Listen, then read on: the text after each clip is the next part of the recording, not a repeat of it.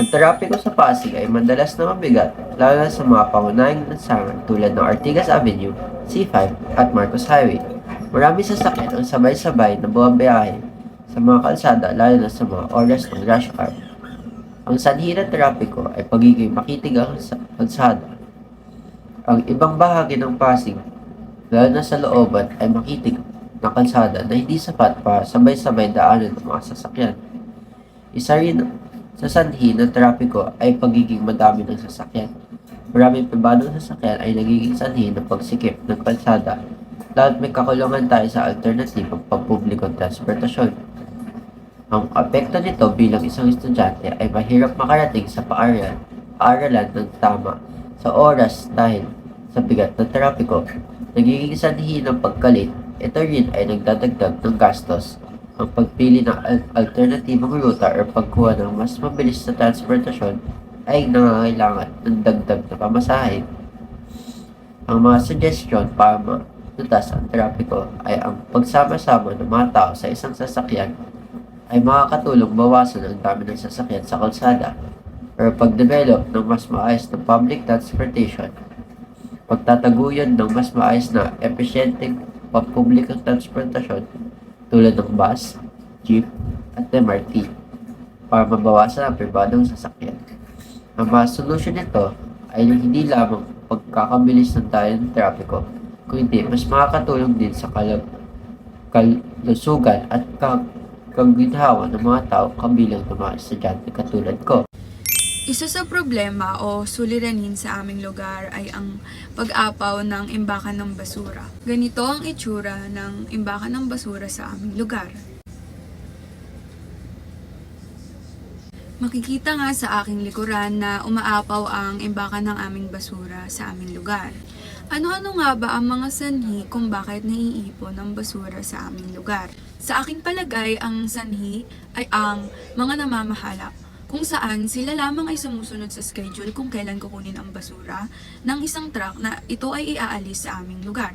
Ngunit ang kanilang schedule ay minsang hindi naman nalalapat sa sitwasyon ng imbakan ng basura.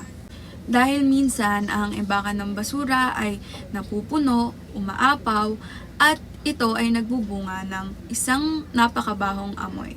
Hindi lamang isang napakabahong amoy ang bunga nito, ngunit ang mga peste. Ano-ano nga bang mga peste na ito? Ito ay ang mga daga at langaw. Bakit nga ba ito masama sa aming lugar? Dahil ito ay pwedeng magdulot ng sakit. Dahil ito ay mayroong masangsang na amoy at ang mga peste na ito ay maaaring pumasok sa mga bahay-bahay. Ganito ang sitwasyon kapag minsang hindi naayos ang schedule o hindi nalalapat ang schedule sa pagkuha ng basura. Ano nga ba ang pwedeng maging solusyon sa problema o suliranin na ito? Isa sa mga solusyon na aking naiisip, dapat ang mga namamahala sa aming lugar ay maging responsable at hindi lamang sila sumunod sa schedule na meron sila. Dahil nga sa aking nabanggit, ang schedule na ito ay minsan hindi nalalapat dahil maaaring umapaw pa rin ang basura at makasama ito sa aming pamayanan. Dahil ang mga namamahala at ang mga tauhan ang may kakayanan na ibahin ang schedule at ayusin ang aming pamayanan. Dahil sa kanila nagsisimula ang mga pagbabago. Isa sa mga pangunahing sanhi ng pagbaha sa ating mga komunidad ay isang baradang drainage. Tuwing umuulan ng malakas, hindi makadaloy na maayos ang tubig dahil sa mga bara, kaya't ang resulta, baha na nagpapahirap sa ating lahat. Ang pangunahing dahilan ng pagbara ng ating mga drainage ay ang basura. Mga plastic, bote at iba pang mga kalat na hindi natatapon sa tamang tapunan. Kapag napunta ito sa mga kanal, nagdudulot ito ng mga bara na pumipigil sa pag-agos ng tubig. Ngunit may mga solusyon dito. Narito ang ilang hakbang na maaari nating gawin upang maiwasan pagbaha sa drainage. Una, tamang pagtapon ng basura. Siguraduhin itinatapon natin ang basura sa tamang lugar at sumusunod sa tamang tapunan upang maiwasan ang pagpunta nito sa mga kanal. Pangalawa, paglilinis ng drainage palagi. Ang regular na paglilinis ng drainage sa komunidad ay napakahalaga. Maaaring magsagawa ng cleanup drives ang ating barangay upang matiyak na walang mga bara ang drainage. Pangatlo, paglagay ng mga trash traps o sumasalo sa mga basura.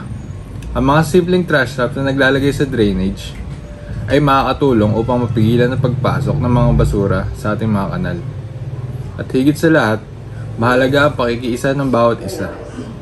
Ang bawat maliit na aksyon natin, mula sa tamang pagtapon ng basura hanggang sa pagtutulungan sa paglilinis, ay makakatulong upang maiwasan ang pagbabaha. Sa simple mga hakbang na ito, maiwasan natin ang pagbabaha na dulot ng mga baranong drainage. Sama-sama nating protektahan ang ating kapaligiran para sa isang ligtas at maayos na komunidad. Sa aming lugar, ang pinakamalaking problema ay ang aming water tank.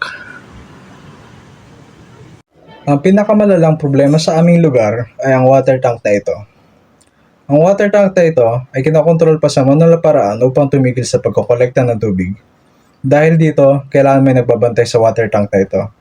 At ang madalas na gumagawa nun ay ang gwardiya ng lugar. Ang gwardiya ng lugar na marami ng ginagawa. Dahil dun, madalas umaapaw ang tubig na ito. At dahil dun, madalas nawawalan ng tubig ang mga tao. At ang pinakamadalang parte, ang umaapaw na tubig ay napupunta sa bill ng mga tao. Ang maaaring solusyon dito ay magdagdag ng tauhan upang mas marami ang mga nagbabantay sa water tank na ito. Maaaring 2 gwardya. At ang isa pang solusyon ay gawin ng automatic ang water tank upang mas makontrol ng maayos ang mga cases ng pag-apaw ng water tank na ito.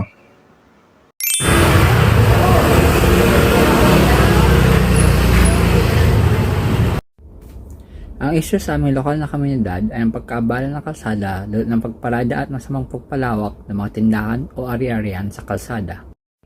Ang mga sasakyan na nakaparada sa loob ng mga lokal na barangay ay karaniwang nakaparada na may kasiyahan sa isip. Ang mga may-ari ng mga sasakyan na ito ay niuna ang madaling pag-access kaysa sa wastong paggamit ng kalsada. Dahil dito, ang mga kalsadang karaniwan para sa maraming sasakyan ay nagiging isang linya na humahambag sa paggalaw ng ibang mga sasakyan na kadalasan nagiging sanhi ng mga kotse na kailangan magbigayan daan sa isa't isa. Ganito rin ang tungkol sa pagpalawak ng mga tindahan o ari-arian sa palabasan. Isang solusyon para sa mga ganitong problema ay ang pagpatupad ng mas mahigpit na mga patakaran sa mga lokal na kalye o ang pagkakaroon ng mga italagang lugar na malinis para sa layunin ng mga paradahan.